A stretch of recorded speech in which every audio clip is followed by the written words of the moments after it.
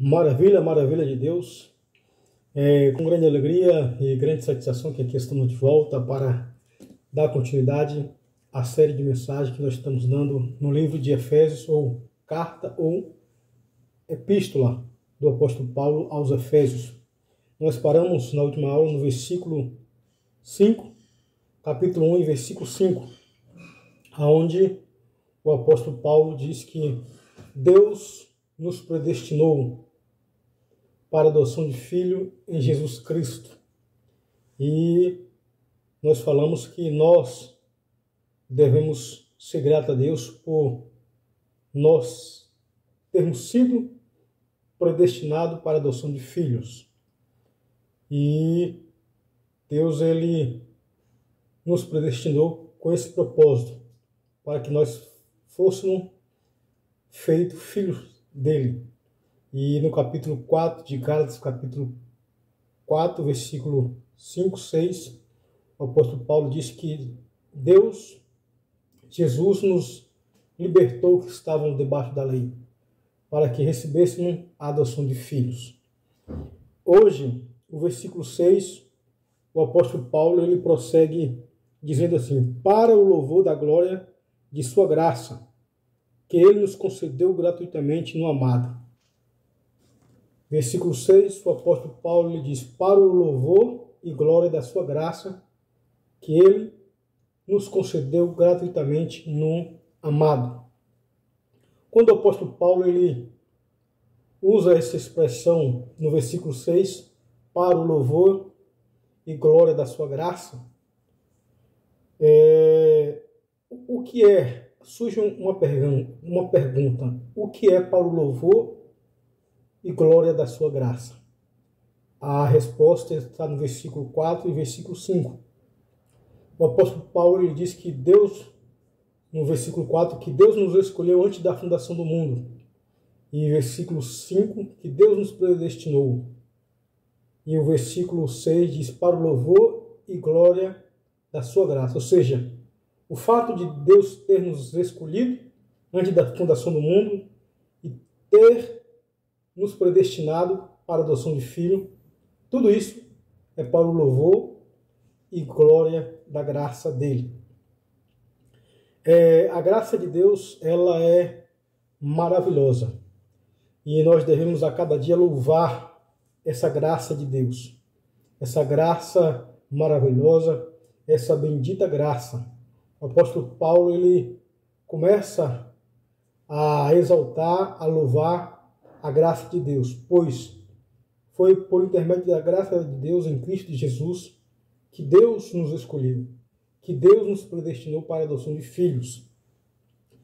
E o apóstolo Paulo ainda fala em Tito capítulo 2, verso 11, que a graça de Deus ela se manifestou trazendo salvação a todos os homens. É por isso que a graça de Deus ela deve ser louvada e glorificada. Por quê? Porque a graça de Deus trouxe salvação ao homem. Trouxe as bênçãos espirituais ao homem, ao ser humano. Trouxe as bênçãos espirituais àqueles que foram escolhidos antes da fundação do mundo. Trouxe bênçãos espirituais àqueles que foram predestinados para a adoção de filhos. E o apóstolo Paulo ele diz ainda no versículo 6, para o louvor da glória de sua graça, que ele nos concedeu gratuitamente no amado. Olha que coisa maravilhosa. Que ele nos concedeu gratuitamente no amado. Quando o apóstolo Paulo diz no amado, essa expressão no amado, nós podemos também substituir por a expressão em Cristo Jesus. No amado aqui é em Cristo Jesus. E por que agora o apóstolo Paulo, ele, em vez de falar em Cristo Jesus, em Jesus, ele fala no amado? É porque Jesus, ele é o Filho amado de Deus. Mateus capítulo 3, verso 13 ao 17, Jesus ele é batizado por João, o João Batista, não o João o discípulo, mais o João Batista.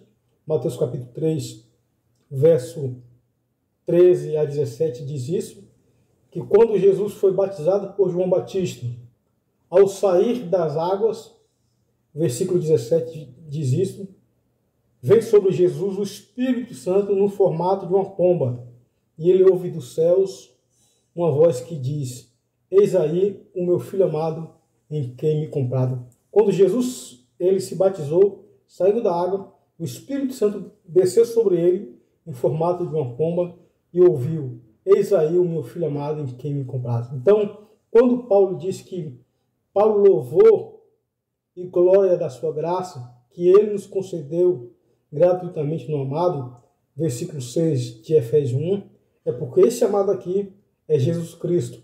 Jesus é o amado de Deus. Deus se compraz em Jesus. E, através de Jesus, Deus também ele se compraz em nós. Nós nos tornamos o amado de Deus. Somos amados de Deus. Por quê? Porque a justiça que foi imputada, a justiça de Jesus, aquilo que Jesus realizou foi imputado em nós, foi transferido para nós. E nós somos também agora o amado de Deus Pai. E ele prossegue no versículo 7 agora de Efésios capítulo 1, ele diz: no qual temos a redenção pelo seu sangue, a remissão dos pecados, segundo as riquezas da sua graça, no qual ou em quem nós temos a redenção. Aí Paulo está prosseguindo no seu raciocínio de louvor e exaltação a Deus. Ele diz, no qual, ou seja, no amado, em Jesus, em Cristo, nós temos a redenção. Essa palavra redenção quer dizer um resgate mediante um pagamento. Um resgate mediante um pagamento. Ou seja, nós temos em Cristo Jesus, no amado, a nossa redenção, o nosso resgate. Lembrando, redenção é um resgate mediante o pagamento de um preço. Jesus é o nosso resgatador. Jesus é o nosso libertador. E ele nos redimiu na cruz do Calvário. Colossenses capítulo 1, verso 14, diz isso também, que nele, em Jesus, nós temos a redenção. E o apóstolo Paulo prossegue em Efésios capítulo 1, verso 7. Nele, no amado, em Jesus, nós temos a redenção. Ele diz, por meio do seu sangue ou pelo seu sangue. A redenção que nós temos em Cristo Jesus, o preço que Jesus pagou para nos resgatar foi o seu sangue. O sangue de Jesus, ele é precioso. O apóstolo Pedro ele vai dizer em 1 Pedro capítulo 1, verso 18 e 19, diz que nós fomos resgatados não por coisas corruptíveis como ouro e prata. Nós fomos resgatados não por coisas corruptíveis como ouro e a prata. O versículo 19 ele diz, mas nós fomos resgatados pelo precioso sangue de Jesus, como de um cordeiro puro e imaculado. Que maravilha, que coisa extraordinária, gloriosa, a nossa redenção em Cristo Jesus. Em Jesus, nós temos a nossa redenção através do seu sangue. E o sangue de Jesus foi derramado na cruz do Calvário. E o apóstolo Pedro, em 1 Pedro capítulo 1, verso 18 e 19, ele diz que nós fomos resgatados não por coisas corruptíveis, como o ouro e a prata, mas pelo precioso sangue de Jesus, como de um cordeiro puro e imaculado. Por quê? Aí o apóstolo Pedro ele liga como de um cordeiro puro, imaculado, ao sistema sacrificial do Antigo Testamento, que Levítico diz, as leis cerimonial que Deus deu a Moisés, as leis sacrificial que Deus deu a Moisés para que ordenasse ao povo para que cumprisse. Levítico capítulo 22, verso 17 a 20, diz que as pessoas que fossem levar um cordeiro, um sacrifício a Deus, esse cordeiro tinha que ser de um ano, puro e sem mácula alguma, sem mancha alguma. Porque do contrário, se tivesse alguma mancha, alguma mácula, se não fosse puro, se não tivesse um ano e não fosse puro, Deus não ia receber dessa pessoa o cordeiro, o sacrifício. É por isso que o apóstolo Pedro lhe disse que Deus, que nós fomos resgatados pelo precioso sangue, como de um cordeiro puro e imaculado. Por quê? Porque no Antigo Testamento, em Levítico capítulo 22, verso 17 a 20, diz que as pessoas, entre aspas, eram perdoadas. Deus aceitava o sacrifício quando essas pessoas levavam para ser sacrificado um cordeiro de um ano, puro e sem defeito algum. É por isso que o apóstolo Paulo diz que nós, em Jesus, nós temos a redenção pelo seu sangue. Ele prossegue dizendo, a remissão dos nossos pecados. Tanto a palavra redenção e remissão parece ser a mesma coisa.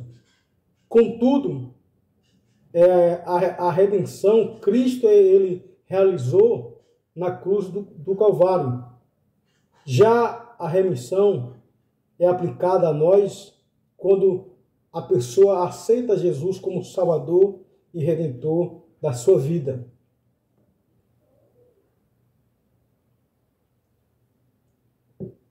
Nós fomos resgatados. Em Cristo nós temos a redenção. E a redenção foi pelo seu sangue. O preço, o resgate, o preço foi o sangue de Jesus. 1 Coríntios capítulo 6, verso 20 diz que nós fomos comprados por um bom preço. O sangue de Jesus. O sangue de Jesus é o sangue da nova aliança. Mateus capítulo 26, verso 28 diz isso. O sangue da nova aliança. Quando Jesus estava ceando com seus discípulos, ele pega o vinho, o cálice e diz, este é o meu sangue. O sangue da nova aliança que é derramado em favor de muitos para a remissão ou o perdão de pecados. O sangue de Jesus também é o sangue da aliança eterna. Isso está escrito em Hebreus capítulo 13 e número 20. Diz que o sangue é o sangue da eterna aliança. Hebreus 13, verso 20. 13 e 20. Ora, o Deus de paz, que tornou a trazer dentre os mortos a Jesus, nosso Senhor, o grande pastor das ovelhas, pelo sangue da eterna aliança. Pelo sangue da eterna aliança. Então, quando o apóstolo Paulo diz em Efésios capítulo 1, verso 7, que nele, em Jesus, nós temos a redenção pelo seu sangue, a remissão dos nossos pecados, é porque o sangue, nós fomos comprados, fomos resgatados pelo sangue de Jesus com um cordeiro santo, puro e imaculado. Esse sangue é o sangue da nova aliança e o sangue da eterna aliança.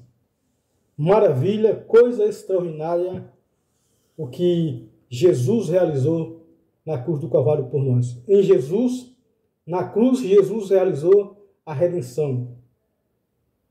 E a remissão dos pecados, o perdão do pecado, nós recebemos, a pessoa recebe quando aceita Jesus como Senhor e Salvador de suas vidas. Agora vamos passar para o versículo de número 8, Efésios capítulo 1, verso 8. Então nós já lemos o versículo 6, 7 e agora o 8. Diz que Deus derramou abundantemente sobre nós em toda sabedoria e prudência. Ou seja, Deus derramou abundantemente sobre nós em toda sabedoria e prudência. O que? A graça. Deus derramou a graça dele sobre nós de forma abundantemente, com toda a sabedoria e prudência.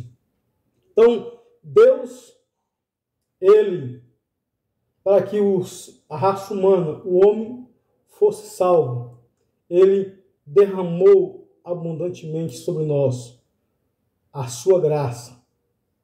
Porque a Bíblia diz, em Romanos capítulo 5, verso 20, verso 22, diz que aonde abundou o pecado, superabundou a graça. Que coisa maravilhosa! Aonde abundou o pecado, superabundou a graça de Deus. Por isso que o versículo 8 de Efésios capítulo 1 diz que Deus derramou abundantemente sobre nós em toda a sabedoria e prudência. Deus é um Deus sábio. É um Deus que a sabedoria dele é mais alta do que os céus, mais profunda do que o abismo, mais larga do que a terra e mais comprida do que o mar. A sabedoria de Deus é extraordinária. Deus é um Deus sábio. Romanos capítulo 16, verso 27, verso 27, Romanos 16, verso 27, o apóstolo Paulo diz: ao único Deus sábio seja dada toda a glória e honra para todos sempre.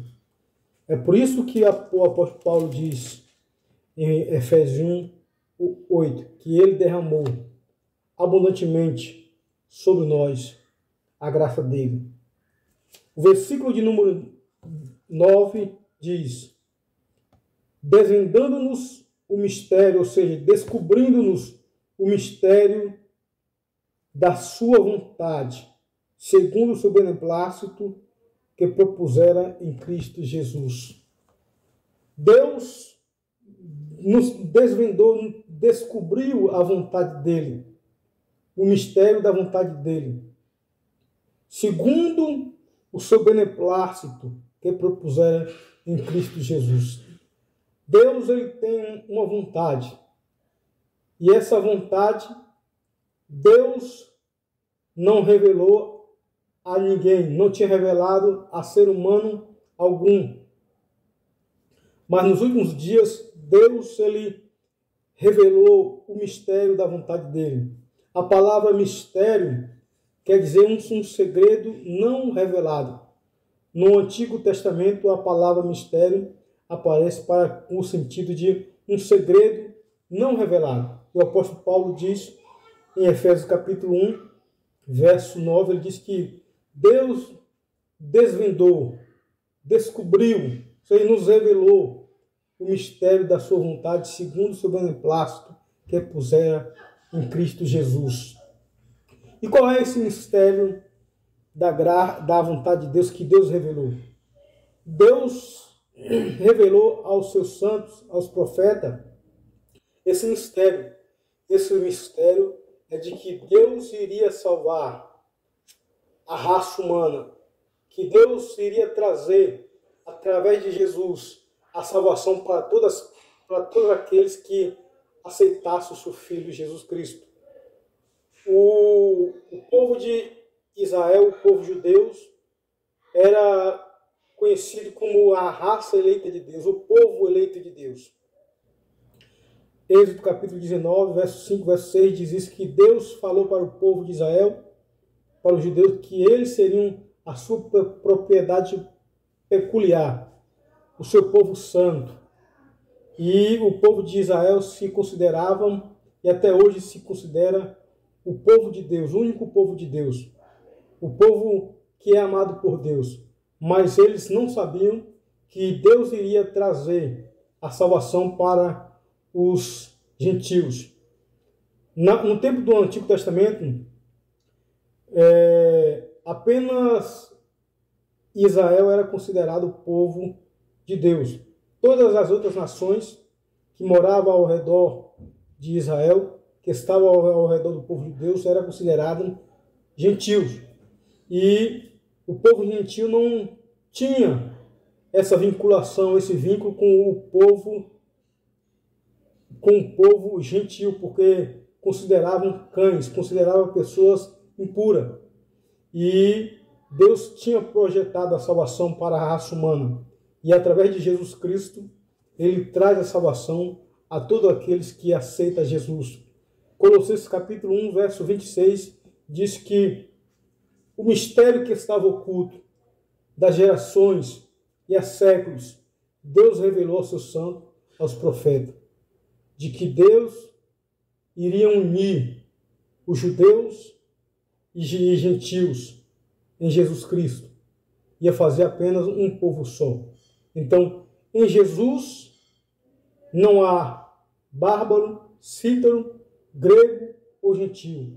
Todos são um em Cristo Jesus. E nós sabemos isso hoje, que o mistério da vontade de Deus foi revelado. E o mistério da vontade de Deus é esse, de que Deus enviou seu Filho na plenitude do tempo, nascido de mulher, debaixo da lei, para resgatar os que estavam debaixo da lei. Gálatas capítulo 4, verso 4. E aqui se encerra o estudo dessa noite.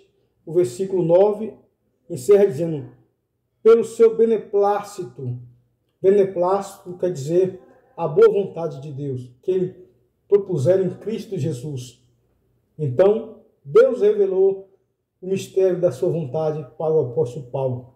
Qual é o mistério da vontade de Deus? De que Cristo iria vir, e Cristo veio para trazer salvação aos gentios, aos judeus, a todas as raças, a todas as tribos, a todas as nações, a todas as pessoas. E todas aquelas pessoas que aceitam Jesus, que reconhecem a Ele como único e Salvador, como um intermediador entre Deus e os homens, é salvo. Se você ainda não assistiu às outras aulas, pode acessar o nosso canal, Ailson Borges, e lá já está gravada as outras aulas. Nós paramos no versículo 9.